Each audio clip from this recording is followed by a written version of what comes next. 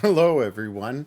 I have taken some back medication and had my wife rub my back in, and so I've decided that I am going to go ahead and just do the marathon. Let's do three videos in one day and get this over with. So tomorrow I will be playing with the Tuesday group. The Tuesday group are playing Summer in December. It is by Dr. Matthew Tyler Jones of the Effect podcast, used to be known as the Coriolis Effect podcast. Him and his friend Dave are big proponents of the wonderful Mutant Year Zero and Free League publishing house and their various systems, but mainly I think Mutant Year Zero is something that we've all, or that many of us have learned to appreciate in comparison to other systems. And as I've explained in other videos that you may have watched, and I encourage you to do so, the this set of looking at Vaesen is is a great kind of entry point for any type of young people, especially middle schoolers. It's an easy system, and you can see a video on how I prepped it. I don't know how to do that stuff. And so prepped it, so what I bring, all the stuff that I kind of think about, a spreadsheet that can help, and that can be used for any system. And of course, the Free League world ties in wonderfully well with anything that can be played with kids. And as I said, this Mutant Year Zero engine, which has D6s, and these D6s, the 6 is a success.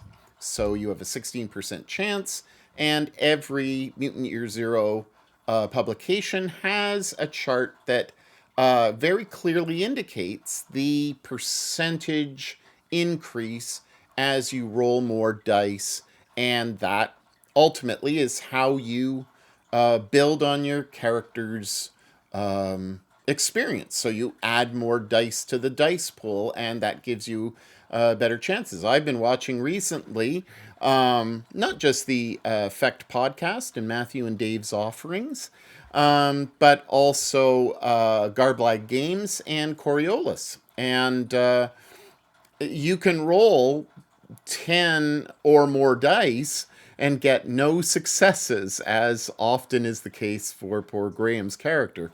But anyway, it's a wonderful system, and I encourage you to try it out yourselves, but also with younger people. And so this is the third video that I'm doing, all in the same day. And this is speaking about my, what I call my second group, even though this is the Tuesday group, and I have a group on Thursday. The Thursday group started. The Tuesday group had soccer for a number of weeks, and so therefore they weren't able to play, and so they were behind the other group in a lot of ways, and they've kind of caught up because the other group has had to cancel for PE day or for pedagogically days and stuff like that. So they're kind of caught up now. So tomorrow, I'm recording on a Monday. Tomorrow, I will be carrying on where we leave off today with my updates. So what I'm going to do is I'm going to very, very briefly, because I did it in my previous video for the Tuesday group, I'm going to very, very briefly describe how I set it up. This Summer in December scenario, you can buy it on Drive through RPG. It is an absolutely excellent introductory system. There are a number of videos on YouTube. Like I said in the other one, I watched it, but you know, every Christmas I watch, the Nakatomi Plaza, and I enjoy watching what happens to Bruce Willis. But Die Hard every year keeps on feeling fresh and new because my memory is Shit.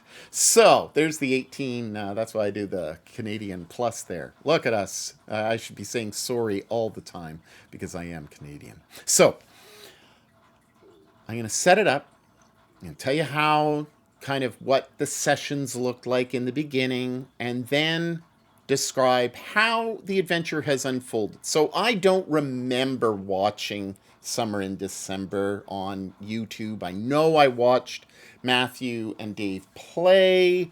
You know, but I just have washed it out of my mind so that I can just play the game, maybe not as intended, but as imagined. I try to stick as closely to the rubrics as possible. We will see how well I did. And so, I do subscribe to both the effect Patreon and the Garblag Games Patreon. I think that it's important to support those who you're watching currently, and I am watching both of them, catching up on Coriolis for the most part, to learn more about the game, because my hope is that in the summer and next year I will be running Coriolis for the kids, and that has been a seamless kind of transition. And watch my first video of this set of 3 to kind of get my impressions of how easy it is to move between the 2 systems. So we are set in the late 19th century, an imagined late 19th century, somewhere between the 70s and the 90s. The technology is there from an industrial age perspective. We're dealing with a major change in society. And as Matthew has written in Summer and December, there are effects. Spoilers, spoilers, spoilers. If you are playing this game, stop watching. If you are GMing the game, as you were. So, Matthew is basically accentuated what's being actualized by the people of Sweden and abroad in Europe by the Industrial Revolution, and what the implications are for people in the rural context. And with this, December has changed. The Obergs have basically become oligarchs of a way. They are very wealthy, own the town. I live in near a community that is basically owned by a particular very wealthy group of petroleum and pulp and paper people, and they they are the major employers of an entire province. Okay, so here we are in Little December, and the community basically owes everything to the Obergs.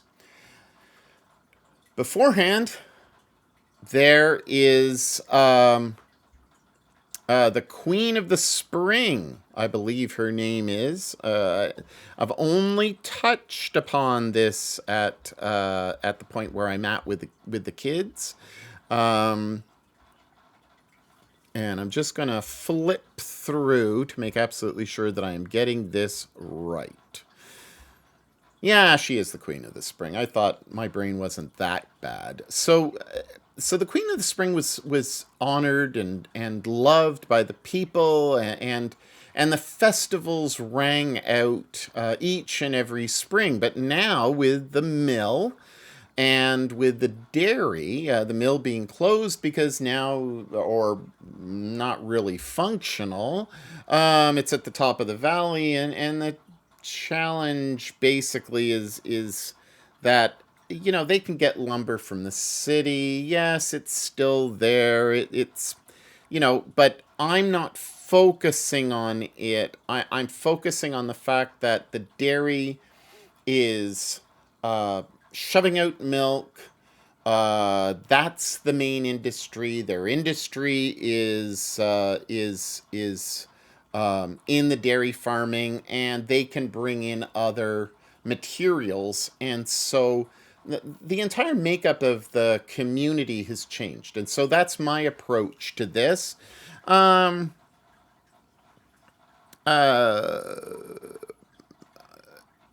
it's the mill is not at the moment. The mill is not as important to me as the village itself. Now, so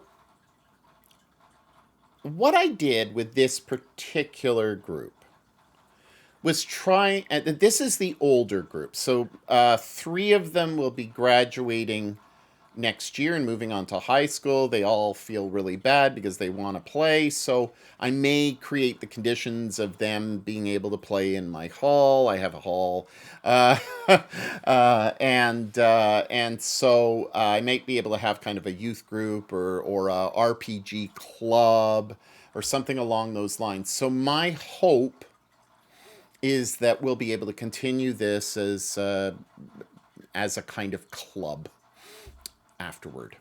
So, three are graduating, so that means that they're in grade 8, and the other one is in grade 7. So they're older, they're a little more mature. They're certainly more mature than my first group that I described in my other video, but they're also they also have issues of distraction.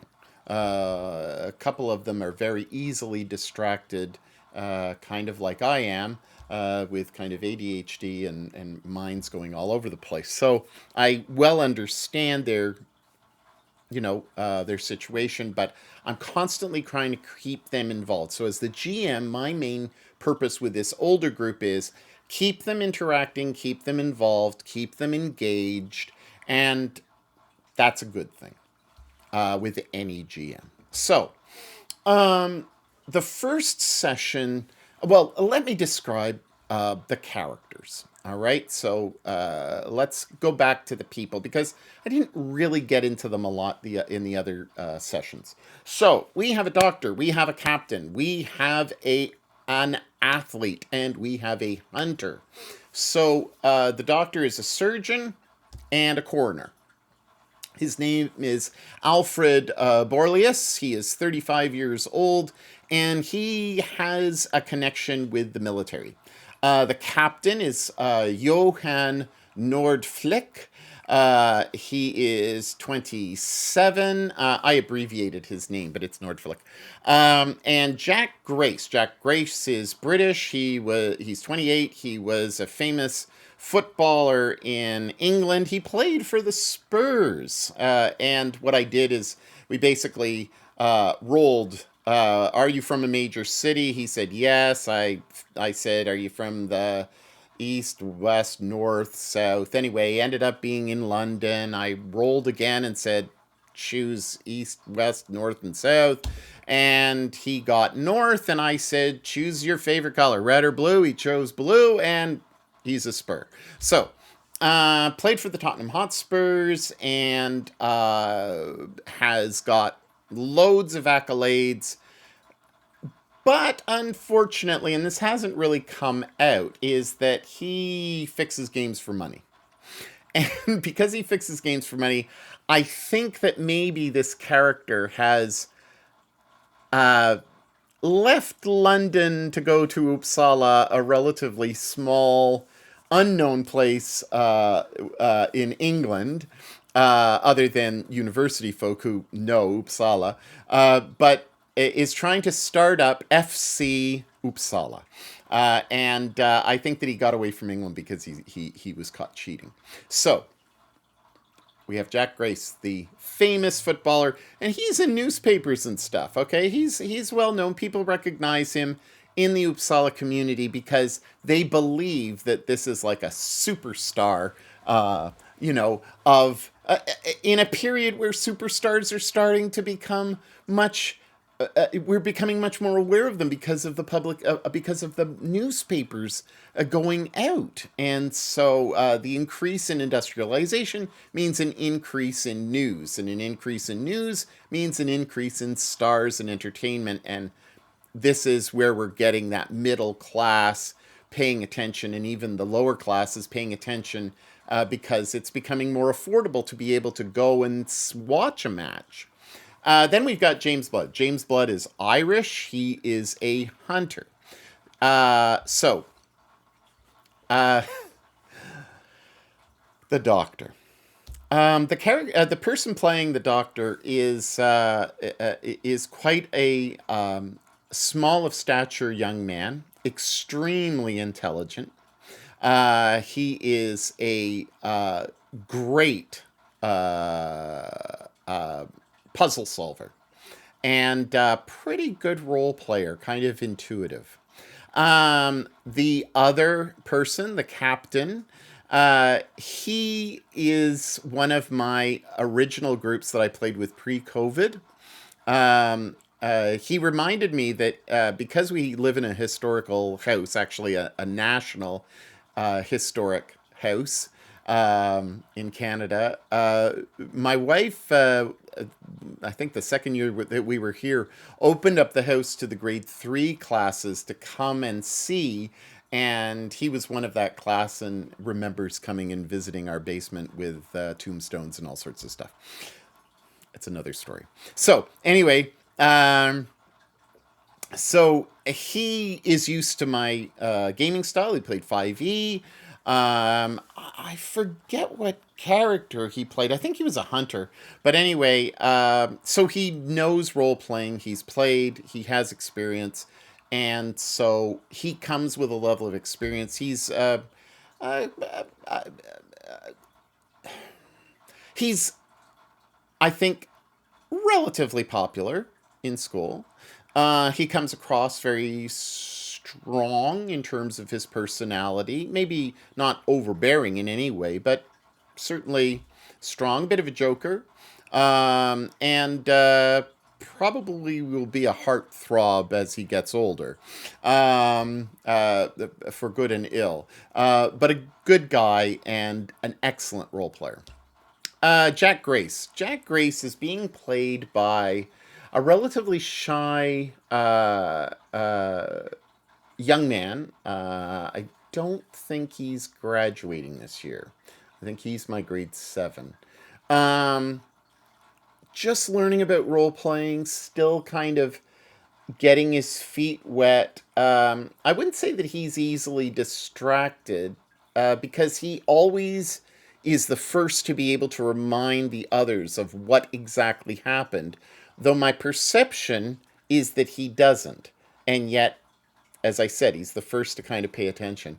The last individual also played with me pre-COVID, and he was always the murder hobo. He was the classic go in, just wipe out villages. It doesn't matter. Just that was his character. So, and he came up with an amazing backstory, pre-COVID, for his character in Fifth, and he's come up with an excellent backstory. And I'm not surprised that he approached me after character creation, said, "Okay, I want to do this," and I was like, "Okay." So now let's get into character creation. So the kids all did this as they are supposed to. Maybe I should call them youth at this point. But the Doctor is this surgeon coroner. His motivation is to aid the affliction. His trauma is a corpse during an autopsy came to life. But his dark secret, and if you've watched my other videos, none of them know their dark secret or their trauma. So in this group, nobody knows each other's trauma or their dark secret. I think that it's very, very important that they don't let on, so that there's a bit of mystery and interaction that can happen. So he killed in anger. He killed somebody on the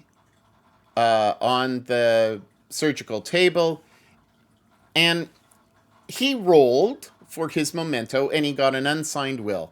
And so he came up with the idea himself that the unsigned will was actually belonged to the person that he killed in anger.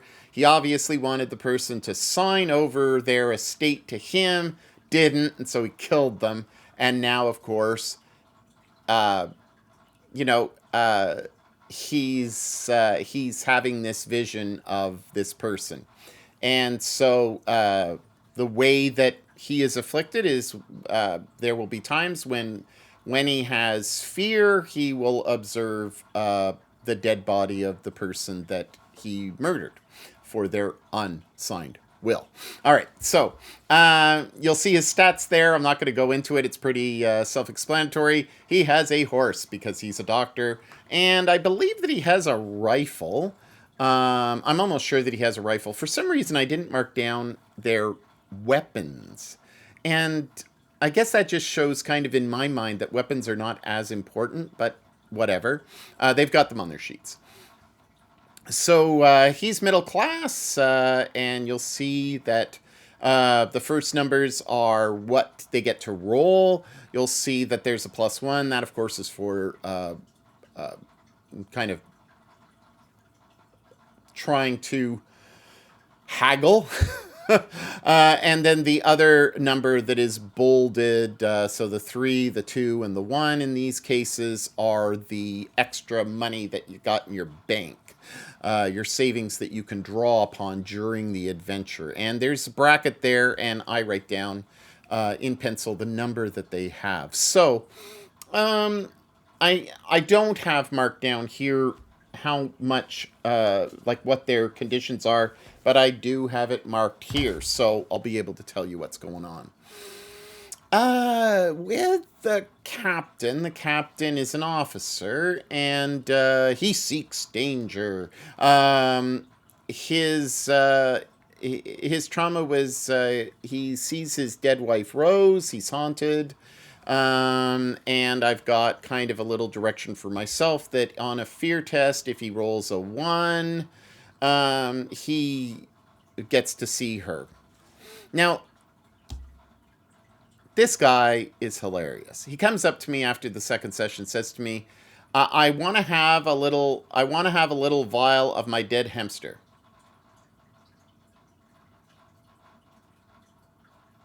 Dead hamster.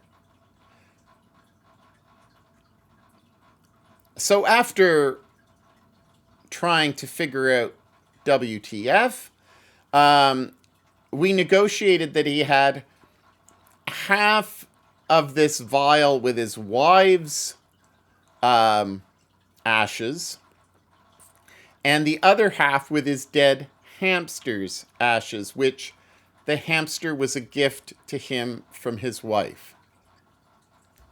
Isn't role-playing fun? Yet, where does it come from? Anyway, so that's what he's got. So he's got a love letter, and he's got this vial that he has around his neck. He doesn't have a cross. He has a vial of his dead wife. And anyway, okay, so he is he's a tactician, and the doctor is an emergency medic and ignores conditions. You'll see that Jack Grace is famous, and yes, indeed he is, and we'll see how famous he is in a second. He's a games fixer, as I said. He wants to he wants to build up his body, and he likes to bet. And as a better, he lost a fairy bet. That was his trauma. And he lost it to a Vaesen. And so now an entire tribe of Vaesen are after his family and himself. Now, he's the only one here. And so I don't know how it has to do with his family, but certainly the Vaesen are after him. And we will see how this plays out eventually. But at the moment, it hasn't happened yet. James Blood, as I said, is Irish. He's a hunter. He is... he wants to avenge his mother's death. His mother was burnt by a Vaesen.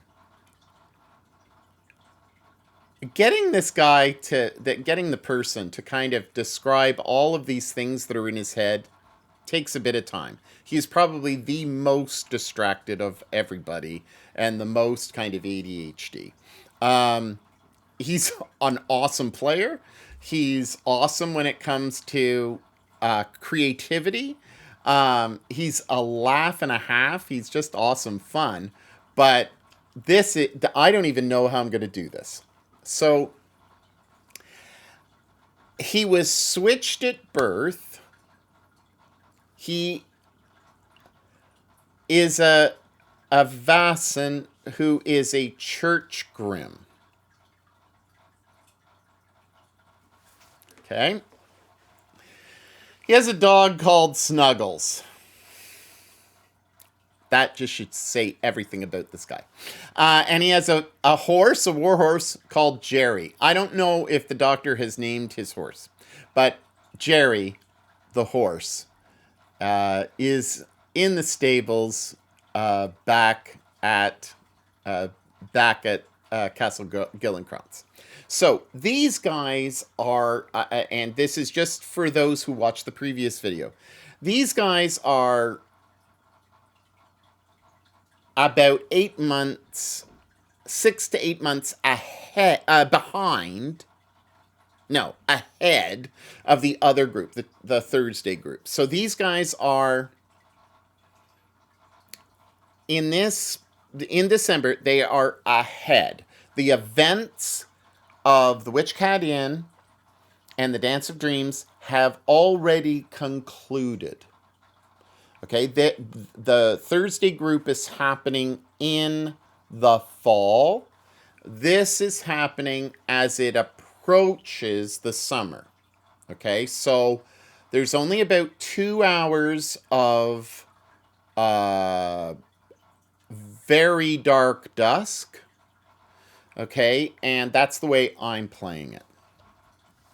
So they're playing more toward the summer, and the other group will catch up as they do stuff to the house or to the castle. All right, so I'm wrestling with the concept of how I work out this Vaesen who is living in as a human hunter. How does this work out? What is his motivation other than avenging? And especially given that the last scene, there's a lot of stuff. So I'll explain this in a bit. All right. So talents.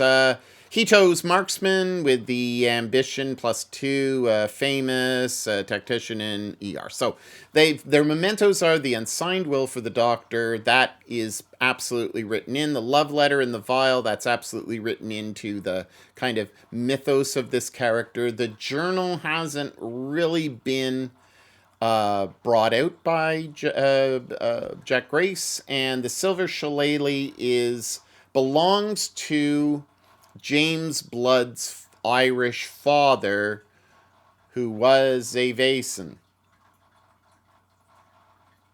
and also a church grim. So how he obtained it, there's just miles and miles and miles. The advantages, basically, the doctor chose medical treatments, stealth for the captain, endurance running for Jack Grace, which ties into the increased physicality, and dog combat for James Blood, for Snuggles. All right.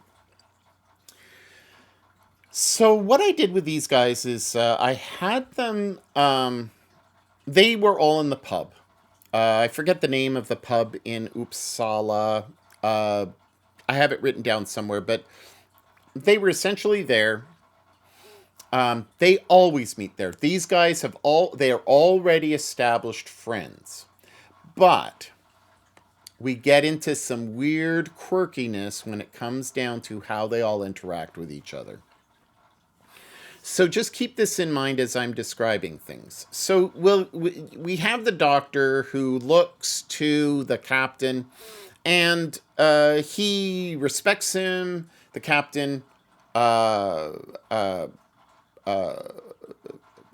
doctor saved the captain. All right, so the doctor in the war, doctor saved the captain, and that's their story. So you'll look down at the captain, you'll see that there's mutual respect, trust, and this relationship of the doctor saving the captain. I really take it very seriously about the hierarchy of how they're received within the community. The doctor clearly wears and has the attire of a doctor. And so, therefore, has the most respect also because he is middle class and he has considerable resources. When they meet up with the other group, the Countess will still be considered higher than him, though he will have more respect. And I am doing the male female thing about how they were received in those days with a little bit of pushing so that I'm not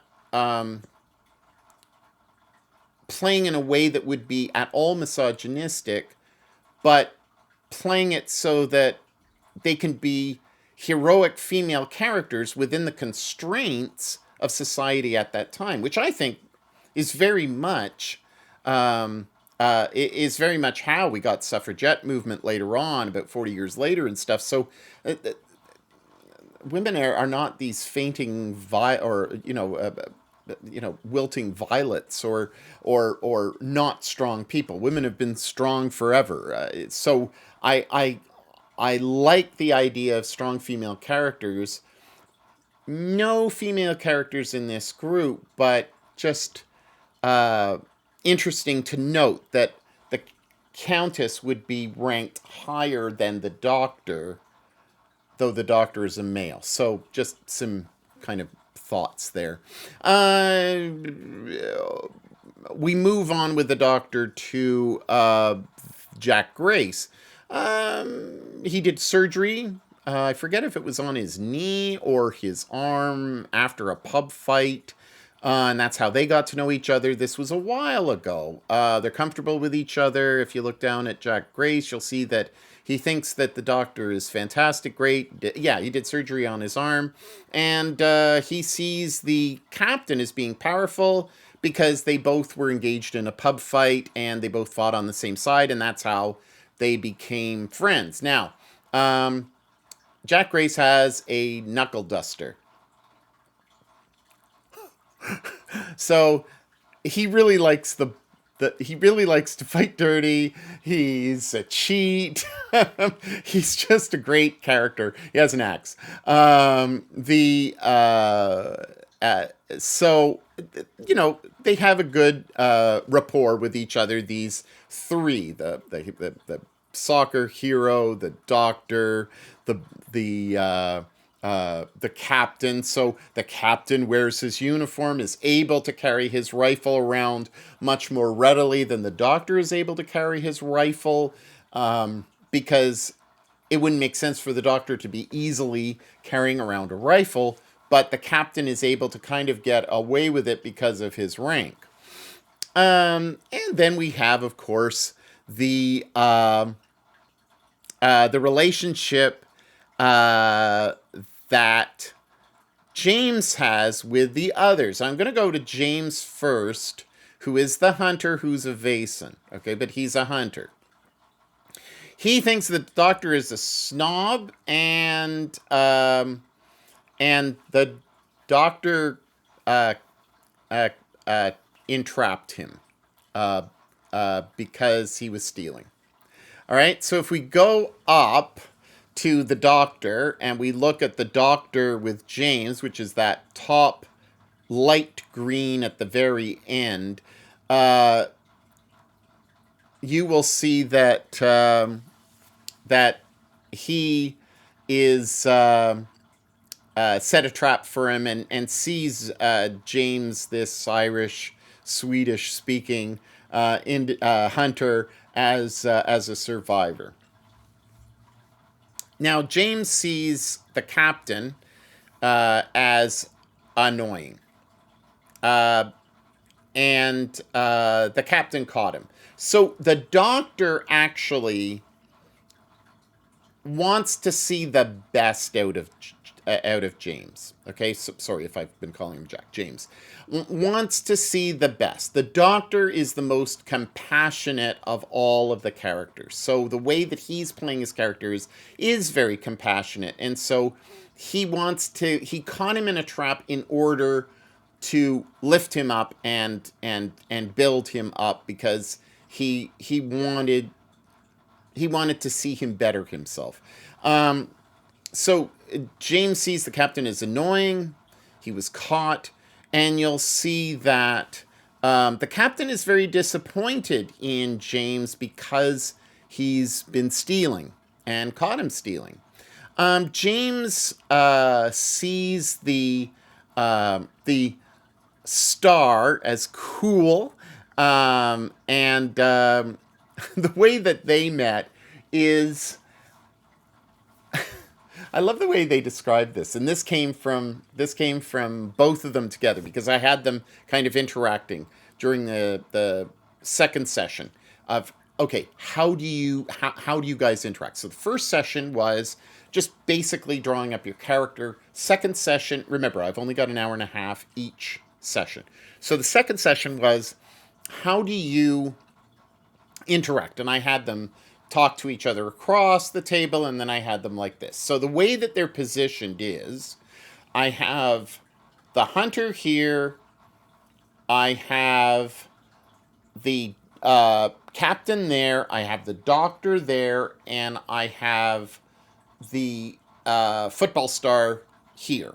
So the football star and the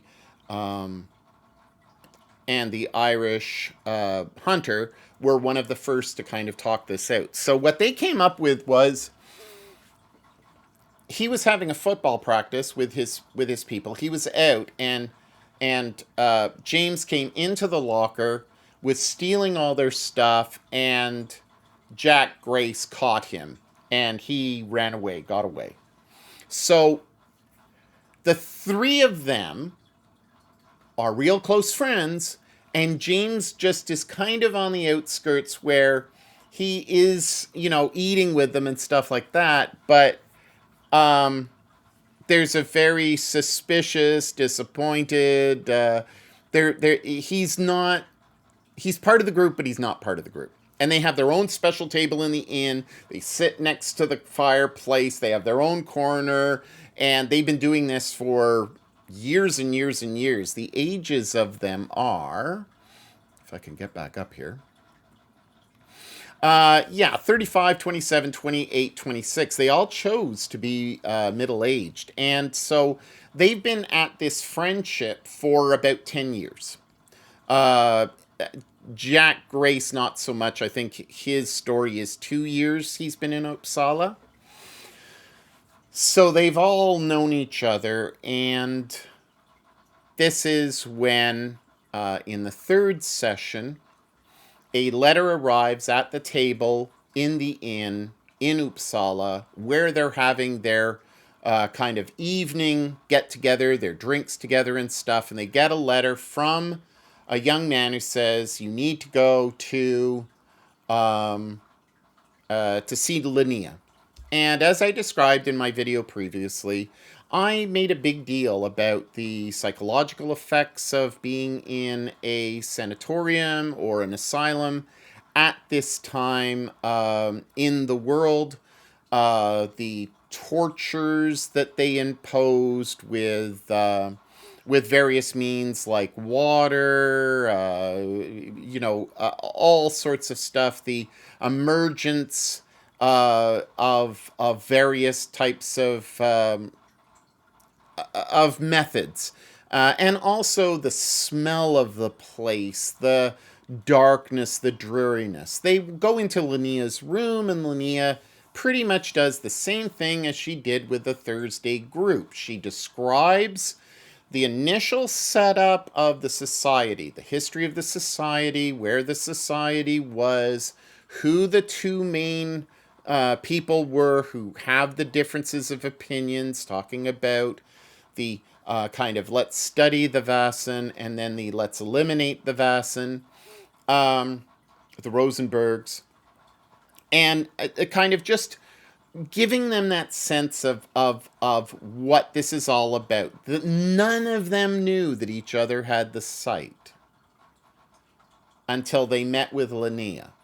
And then Linnea says, "You all have the sight." And then all of a sudden they're able to talk about their sight. But they, it's kind of in character off screen that they're talking about this. So they all come to this realization that they have the sight. She gives them kind of that episode of the 100 seers trying to carry out the um, the ritual for the giant, and the fact that they all died except for 3. So they're very much aware of these 3 remnants gone missing. And then, of course, the end of the session that time was, all right, you go to Castle Gillenkrauts. I described the castle. I described the floors, like from the outside. I described the jetty and the mounds and the dilapidation, the unnatural dilapidation of the castle. And they open the door. The next day, they go home, actually, after seeing Linnea. They went home. And the next day, they go out to see Frisk. And she, in the, she has this moment of insanity and stuff. But then she comes back and says, "Have you met Frisk? Frisk, Frisk!" And she just keeps on screaming Frisk anyway. And they don't know anything. They go to the door, and the castle door opens, and Frisk is there. It's good to see you. So, they're presented with a paper, and they have 4 names that have already signed. And they are asked to sign as well. And so they sign this document that gives them possession of Castle Gillenkrauts. So, my back is really sore. Don't sit for 6 hours doing a whole whack load. This is probably why I only do one video every 2 months. All right, so three today. All right, so that was the end of the session. Then we did the shopping. The shopping one. They rolled. There was one person missing. He ended up sharing all of his resources. It just worked out. It was what it was. And so it worked out. They bought what they needed to buy. You'll see that on kind of the image in front of you. You'll see that the doctor has strong poison times 2. When it's the 6. He has a pigeon cage because, of course, he has a carrier pigeon because everybody wanted a pet. He has binoculars that were bought. The captain has a map book for navigation, and has a rifle. I don't know if there's anything else that comes to the top of my mind that he has. Jack Grace had the knuckle dusters before, and I think he bought an axe. The lamp, James Blood was given the lamp to hold. And of course, he has that dog Snuggles, who is great, and he has a hunting trap. So, yeah, very, very basic. So, I'm going to get out of this and go back to my myself here and start to describe some of the ways that things moved in this. So, they, and I think at the end of the buying session, they set off and they traveled. And in the other video, I mentioned that the captain was missing. He wasn't in school, or I think he had to get his hair cut or something like that. Anyway, that was a different. So he left. He wasn't there, whatever. And so I just said that he missed the train. But the next session, he rolled. He was being extra stealthy. And his stealth is, just to look here, I should be able to find this very quickly, is 6. So he rolled 6 dice. No problem. he got the success. He just was stealthy. And all of a sudden shows up on the train. Um, so on the train ride, I described how they saw a lot of kind of milk cartons that were empty going on to the back of the carriage, and just described kind of the way a station would be at the time, and that in the carriage that they were in, that there were people who were obviously people who worked at the dairy and were dressed in dairy attire. And it was early morning, and so therefore they must have been going off to their shift. And so at the next session, when the captain returned and they were all there, I was able to describe kind of the whole situation of the unloading, the drayman, the work that was being done after the fact and getting off of the train. So they get off the train, and spoiler, spoiler, spoiler. Just remember, if you've watched, go away. So they get off, and they see Eric, isn't it? Isn't it Eric? Carl. No, Eric. So Eric is there. He's the drayman, and he they ask if he has room for them, and he brings them up the hill. So he gets them up the hill, gets them to the dairy, and of course there's this fight between the two kind of people. You've got the dairyman and you've got the drayman. So you've got the one who's got the horses and the cart coming up, and then you've got the other guy. Now there's other people around doing their jobs, but there's a full milk jug, massive, right? It's a large container, and the notice roll happens. The doctor sees after the fact, so I'm kind of going out of order. The doctor has seen that a raven has swooped down. Now, I did say that they saw the raven before, but it was very innocuous. It wasn't like, oh, it means anything, just there are birds around and stuff like that, and you see a raven, and the raven looks at you and stuff. So he sees the raven fly off, and the raven looks back, and he sees this image of a child. So he rolled and all that. So he sees the image of a child, and remember, I always need to refresh myself because of my forgetfulness. But I had marked down here somewhere.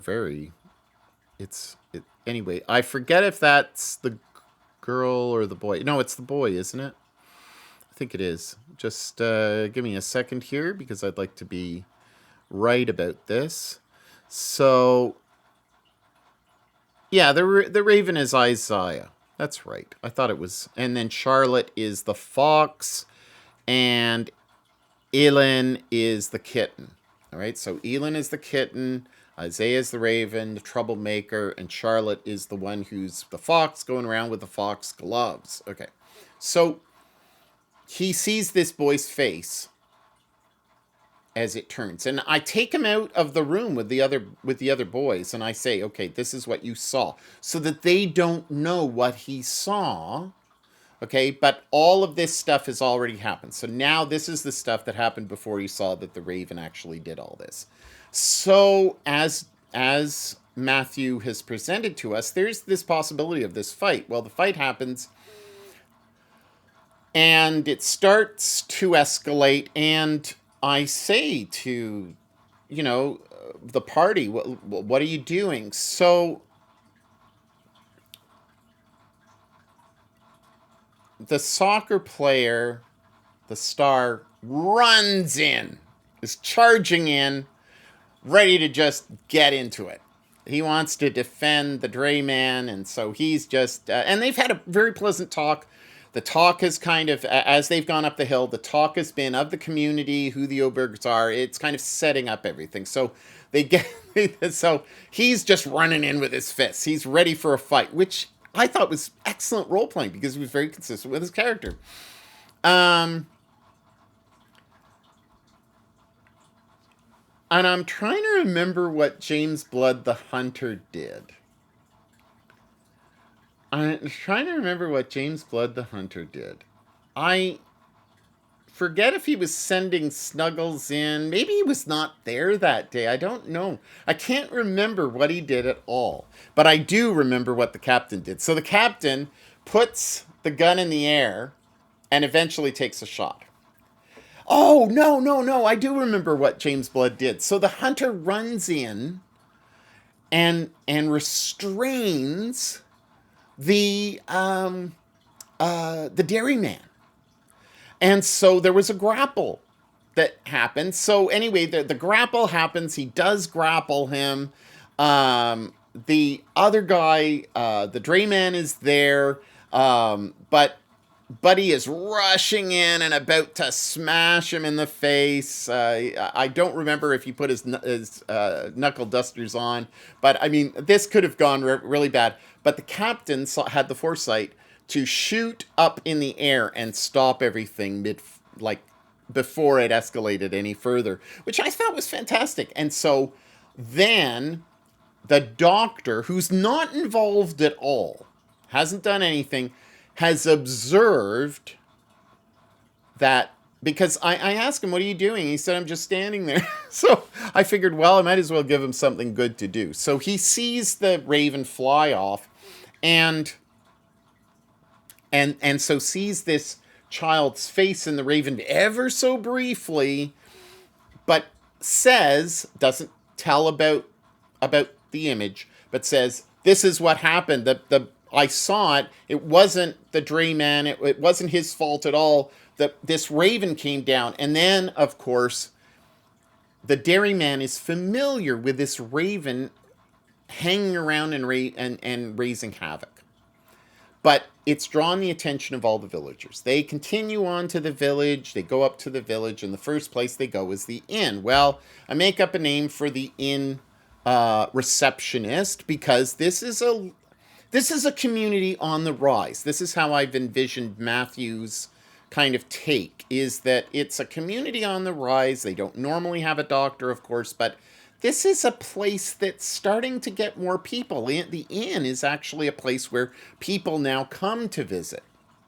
So, Mary, the receptionist, takes their guns because they're not allowed guns in the eating area, and it's kind of midday. I believe that we set the time at around 1 or something like that. Maybe it was a little bit later. I don't know. I think maybe it was actually 2 for some reason. I'm trying to think about the travel time and all of that. Anyway, yeah, it was afternoon. So yeah, it was. It was afternoon. It was a little bit later, to be perfectly honest. So they assign rooms. They put their stuff in the rooms. The dog is not allowed inside, so Snuggles has to go off to the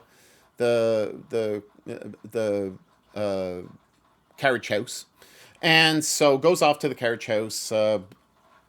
They go into the room and they sit down at the bar, and the star orders a drink. The doctor orders a drink, but doesn't stay long at all. Actually, takes off very quickly in order to pay respects to Anna. Now, I hadn't decided if I wanted the kids dead or if I wanted the kids just transformed. And I'm still kind of waffling in between what I want. So we know that Anna and the infant died. And so therefore, Alfred, the doctor, is going to pay respects to someone he knew. So I only did the two letters. I did one letter to the captain from the Lieutenant Colonel Henriksen. Amazing, I remember that. And the doctor receiving the letter uh, uh, about Dr. Raphael. So I said to him, you've known them, you've seen the kids when they were very very young, you know the family, you visited about 2 or 3 years ago. He's always been a rakish type of fellow. He's a ladies' man and stuff, and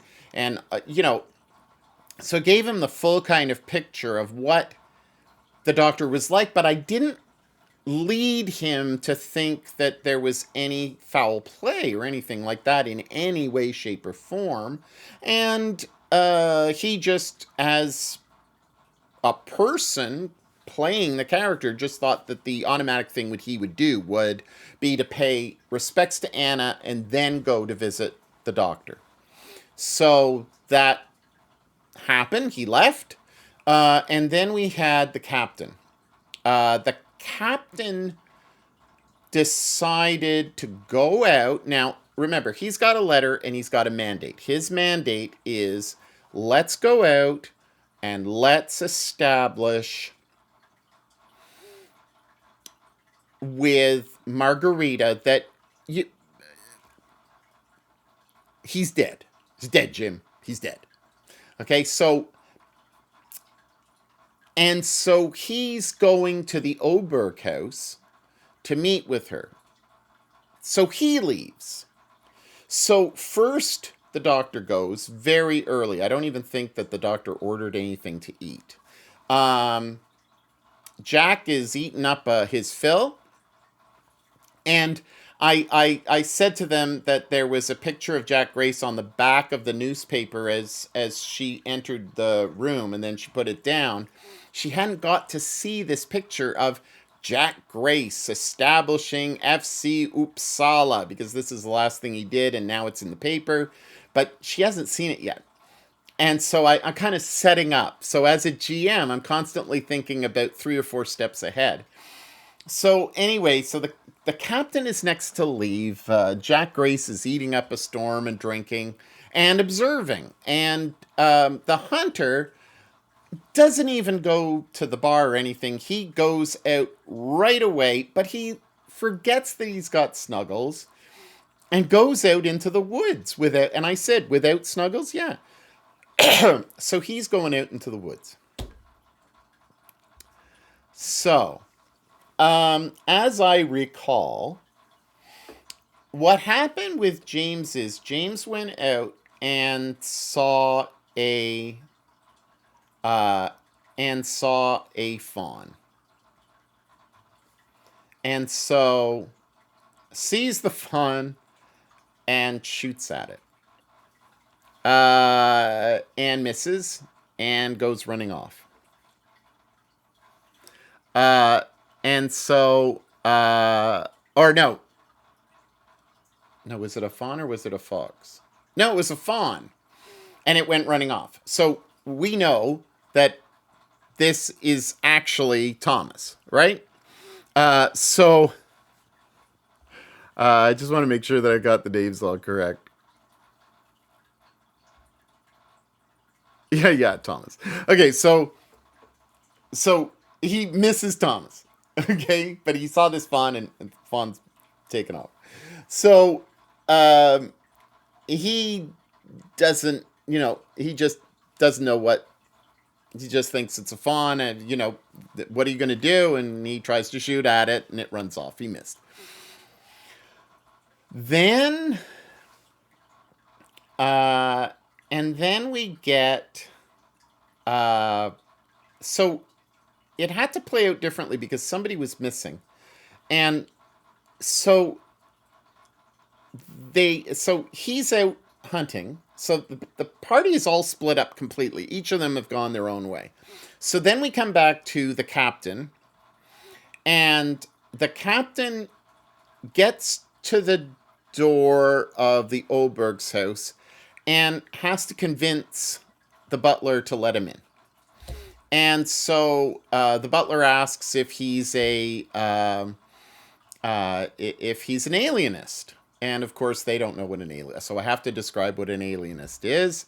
A psychiatrist. And so anyway, he says, "Yes, I am," before I get a chance to say what it is. And so the butler clearly rolls that he's lying and says, "Why are you lying? Get out of here, you scoundrel. What do you want, Captain?" And he says, "Look, I have a letter from the lieutenant colonel. I am here to find out about her mental condition and to reassure her that Thomas is in fact dead, and to just pay my respects from the military." So he's presenting himself, and I thought that the role player was doing a really great job in presenting himself as a representative of the forces, and that he has a task, and his task is to make sure that everything's okay. Doesn't even think about the parents yet, right? But he's focusing on Margarita. So the doctor's in the graveyard, and I think the doctor missed that session, and so the doctor just stays in the graveyard. Yeah, that's what happened. The captain had to get his hair cut, so he made it inside. He made it as far as the door when his mother showed up at the door saying, "You forgot about your haircut." So anyway, so the captain is at the door, and he sees the priest sitting having a sherry with Mr. Olberg, and they rise as he's introduced as a representative of the army who wants to meet with Margarita. Okay, and so that's where that session stopped for him. The doctor wasn't there, so it was basically James Blood, who's in the woods, and he fired, and then he walked around, and he wandered around. He didn't really see anything, and then he comes out of the woods in the late evening. So time became a factor. So it's approaching like 11 in game time. So everybody else is behind the hunter in time. And he tries to scale the roof of the Oberg house. And he doesn't make it. But he catches his fall. So he's rolling on all of these things, right? And he catches his fall, but he says, "Shit!" Okay? Because I said to him, "Well, what do you do?" And I say shit. So I'm thinking, okay, oh, wow. Everybody's going to know he's awake. So anyway, so he's there. So then he sees, because he said, "I'm moving around the corner so that nobody sees me next to because he was going to go up a drain pipe. So he goes behind to where he sees, I don't think I have it readily available, but he goes to the corner of the house that looks onto the field that goes towards the woods. And so I envision that there's a fence, like a picket fence, around the property. And that, that there's obviously some hedging and stuff like that, but nothing major. He hasn't been there that long. He's employed a lot of people, but you can get across, and it's not a major hassle to get from point A to point B. So the hunter is seeing Margarita with her bag running toward the fence, where in the near distance, far distance, but in the distance that's relatively near the fence, not that far from it, is the edge of the woods, and that's where Thomas is, but I am describing him as the gray man.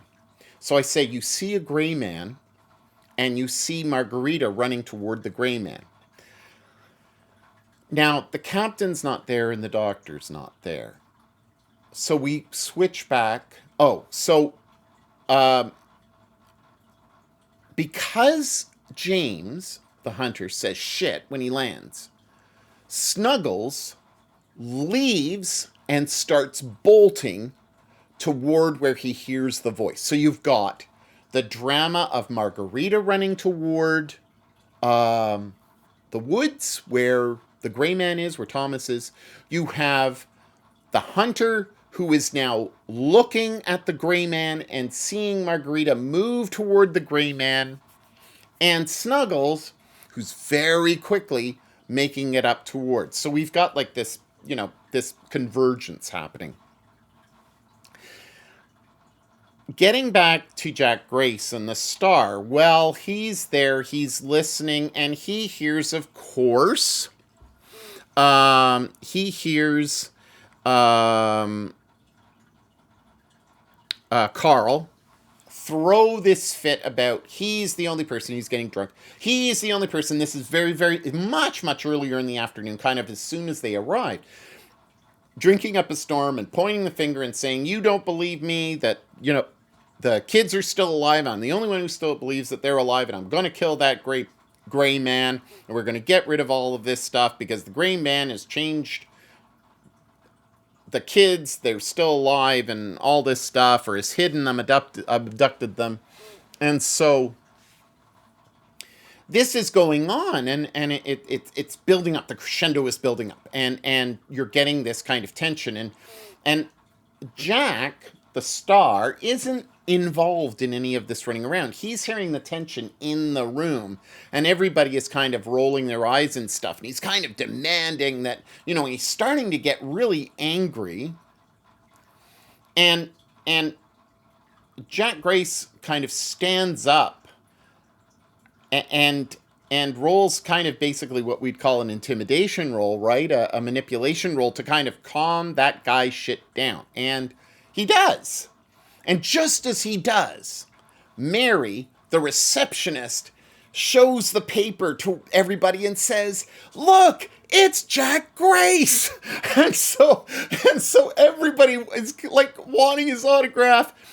Carl leaves because Carl is like drunk and fed up and just is like fed up with all this shit, and then everybody's coming up to have the newspaper sign, and they're going and buying newspapers, and they're running out and coming back, and he's like eating away and just loving the fandom, right?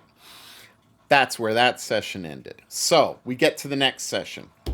And the next session, I believe, is the last session. So, yes, it is. So this was last Tuesday. So tomorrow is Tuesday. Tomorrow I'm going to have to unravel all of this. So, unfortunately, the two characters, James Blood, who is now running across the field with his rifle, because he went out with his rifle in the woods, and Jack Grace, who basically has just been kind of in the tavern, they're kind of out of it for the majority of the session. I really felt bad because I was trying to figure out, well, okay, what's going to go on now?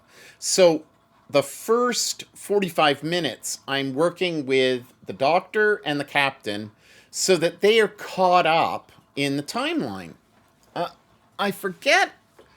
I think I started off with... Yes, I did. I started off with the doctor just to ensure what was going on. That he, just to make sure he was still in the graveyard, and how long did you spend? So he said a couple of hours. I said, where do you go after that? He said, to the doctor's place. So I've got this all in my head now, and I said, okay, now we're dealing with a captain. So sometimes you have to be dynamic like that. Start a little bit, see where it goes, go to the next character. Especially, unlike D&D, where you're kind of got it in your brain, don't split the party.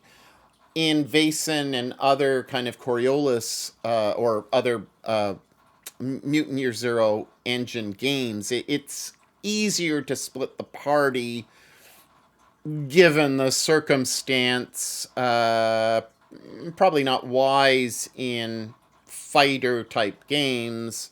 But with Vaesen, it certainly makes sense. So the captain enters the room, and Olberg is just an arrogant, rich, fat, horribly arrogant man.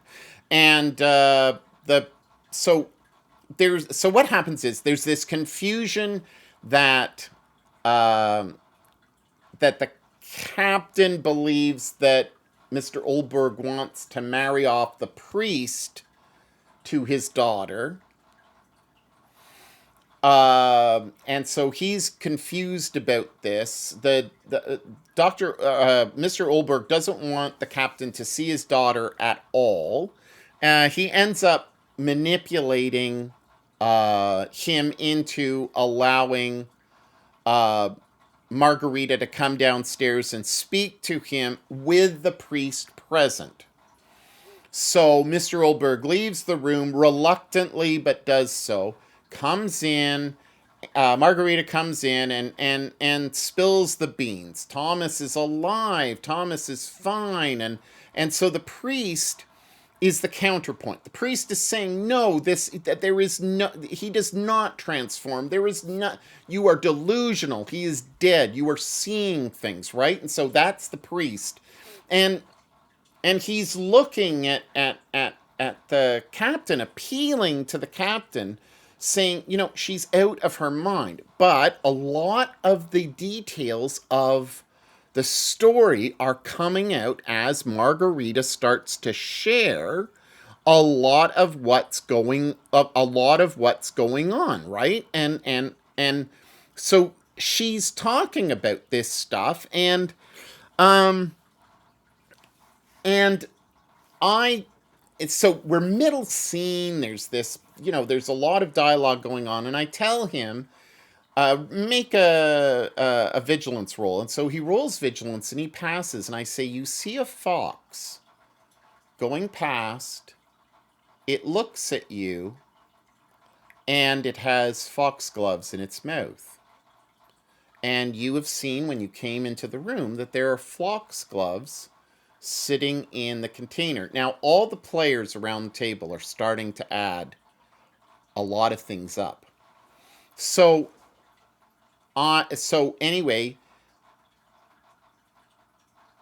he failed his, his vigilance roll, so he did not see, or whatever it was that I had him roll, to see the image of a child or anything. So Fox moves off around the corner. Doesn't pay any mind to it, but it's there. And he says, well, it's a fox. I say, yeah, it has foxgloves in its mouth. And I said, that's kind of weird, but foxes are everywhere, right? So the others are kind of thinking, and he's kind of in the midst of role playing, right? So he's not kind of adding everything up right away. So we get to this point where he kind of has run out of things to say to Margarita, and ends up leaving, basically because Oberg is fed up and comes in, and when she leaves, before Oberg comes in, the priest says, don't you think that he's trying to marry me off to her? It's the doctor that he wants her to be with. It's not me, it's him.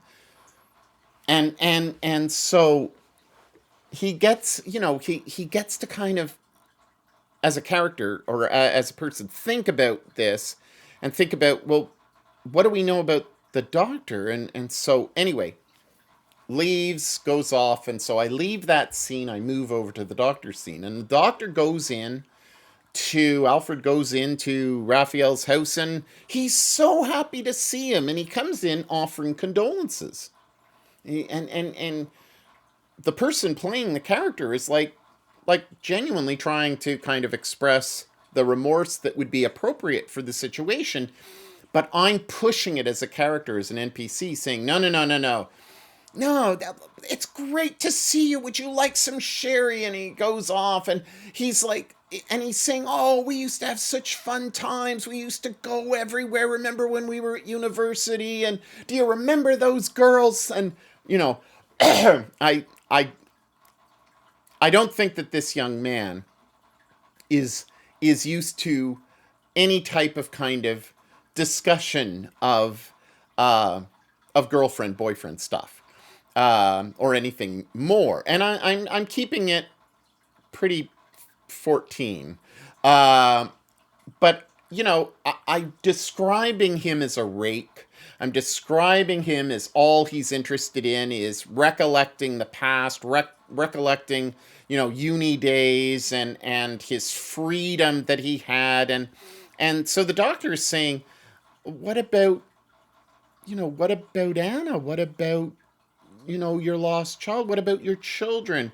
They're dead. They're dead. We've got to move on. Let's go. Let's move back to Uppsala together. I'll move in with you. Let's move to Uppsala. And all he's talking about, and then he says, or let's go to Stockholm. And so there's that excitement building, and I'm building up this excitement of this character, as I am now. And the doctor's like, kind of, his head is spinning because he's kind of trying to make, like, what are you doing? Like, so I interrupt the kind of interplay and the height of all of this, and I say, well, okay, you look outside and you see on the other side at the Oldberg place a fox.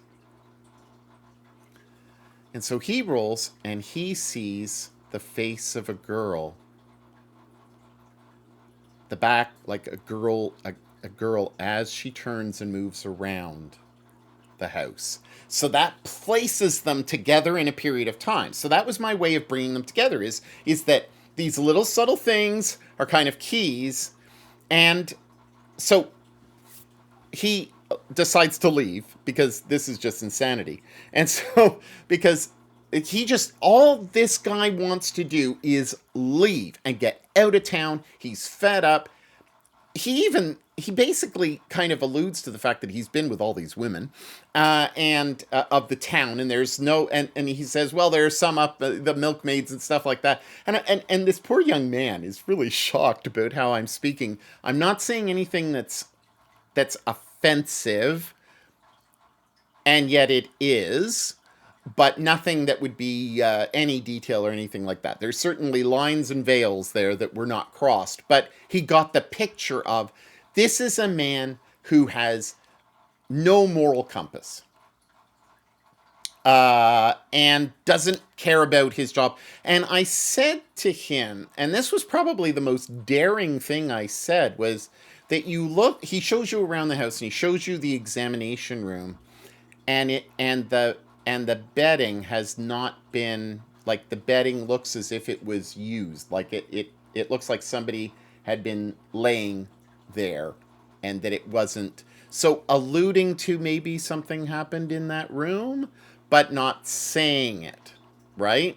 So if he put two and two together, that's fine, but I wasn't going to be explicit about saying anything happening. It was very, very subtle. Maybe some of them caught on, maybe they didn't, but I wanted to leave that kind of tension of unknowing whether or not that was a clue, because they haven't done a lot in terms of their investigation. The captain has, but he hasn't really, the doctor hasn't really found out any information other than the fact that this guy doesn't give a damn about his wife or his kids.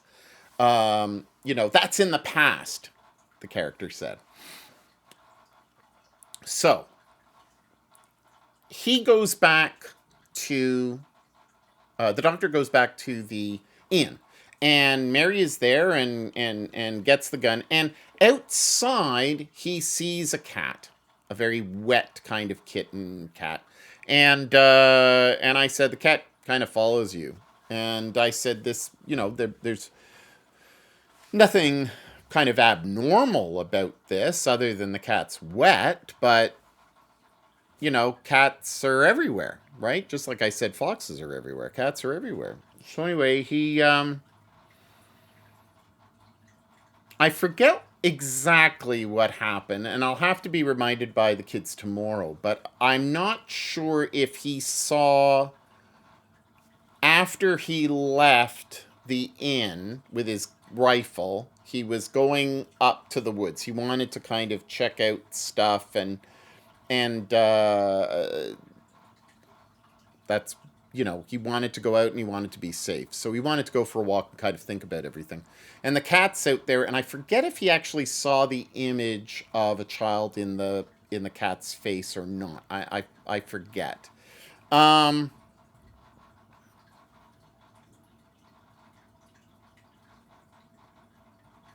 when he was investigating the house, the doctor's house, he saw foxgloves there and saw that there was a vial of the poison.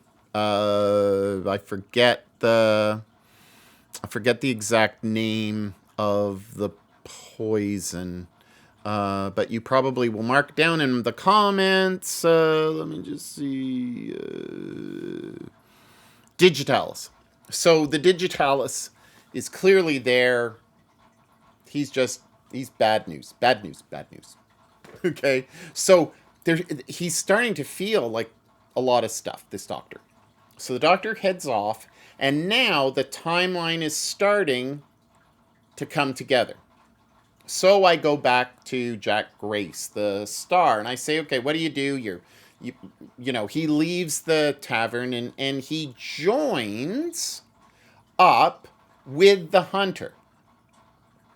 Not James Blood, but the hunter,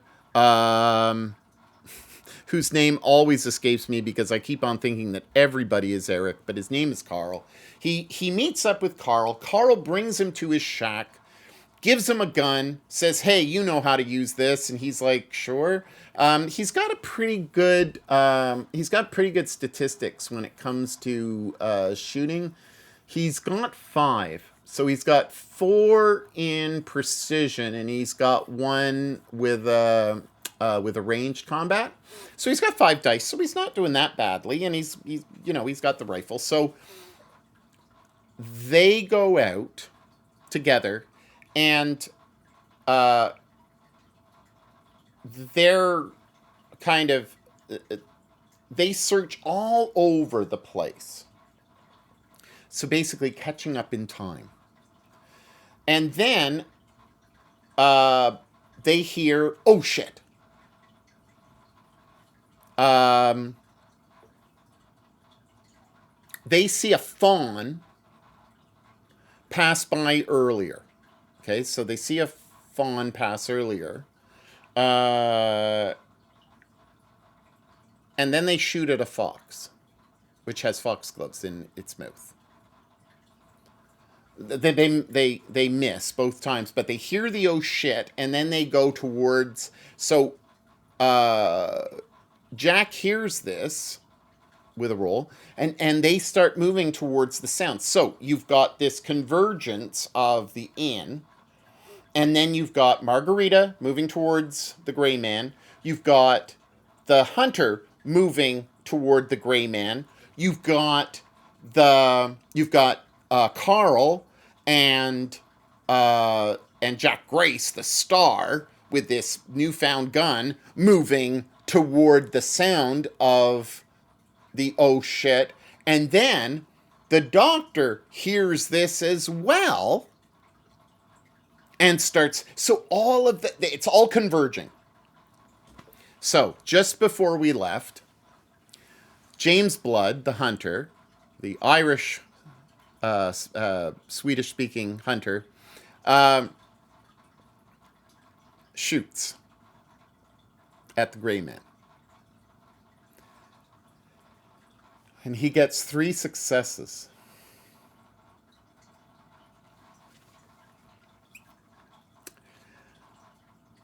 So that's where we ended.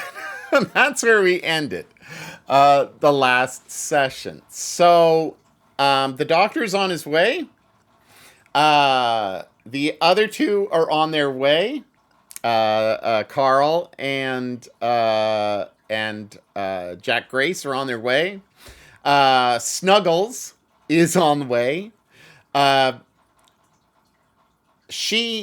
Margarita hasn't reacted yet. She hasn't screamed.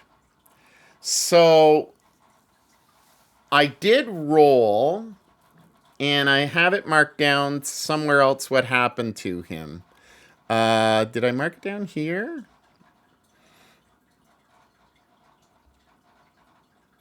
I'm just trying to think if I've got it marked because usually what I do is I just get my Apple Pen and I just mark it off. Um, okay, so I rolled a 63.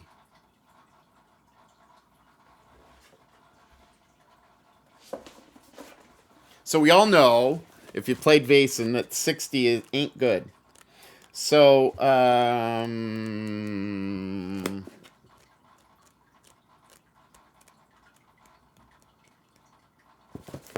okay, so physical in 63 is torn abdomen. So he has a torn abdomen. And I rolled 5 hours. So he's got 5 hours. It is fatal. Um, he he will get insight, supernatural forces, and a +3 for ranged combat in the future. That is the insight if we can save him. So that's where we are. Um, just the build up, the I really liked. It's so different from my other campaign. I know that I've been on for almost an hour and a half describing all this stuff, but it's just interesting to see the interplay and how you as a GM can kind of use time in different ways and kind of gather up the time so that it all interweaves. Little surprises for Jack, like he's a star, and they're showing the newspaper and getting people ask for his autograph and stuff. James Blood, the hunter, trying to climb the house. I have no idea why. You've got the doctor. Now the doctor has gone out. He's left, and he's come back um, with his gun as well. But I forget exactly where the doctor is at this time. I think he's moving toward them as well. But there's this massive convergence, and now it's going to be amazing to see how this unfolds because you've got how is Margarita going to react to Thomas being critically fatally shot. The doctor is going to have to get him to a place where he can operate. Does Thomas turn back into a fawn? What happens? What happens if Thomas dies? So there's so much. Are the characters going to think that they can leave at that point? So I got to kind of read Matthew's text again. I've got to look at some of the subtleties and figure out what to do. I'm really excited. It turned out very, very different than what I thought it would be, and uh, it's going to be amazing to see all these things. Oh, and also they heard the shot of James Blood, the hunter, shooting at the fawn. Jack Grace and Carl. Uh, it's a Carl. Carl. Listening to that. So I mean, it's just amazing. I find that it's really interesting. I find that it's. I really like what Matthew has done here, and they're just you couldn't have two different scenarios for the two different groups that I'm playing. I'm playing with or playing for or offering. So anyway, thank you so much for watching. Sorry this one's a little bit later than the other one, but you should be used to the fact that I do have a tendency of making either really, really long videos or micro videos, which I haven't really done a lot of. Anyway, thanks for joining me. Take care. Have a wonderful day and evening, and play some Vaesen. Play some Free League games. Support them over Christmas. Buy them as gifts. I'm not sponsored. I don't. You know that go to Garbag Games, support them. Look at Effect Podcast if you're interested. There are a number of channels where you can find free league stuff, and have an absolutely wonderful role playing week and weekend. Take care. Bye.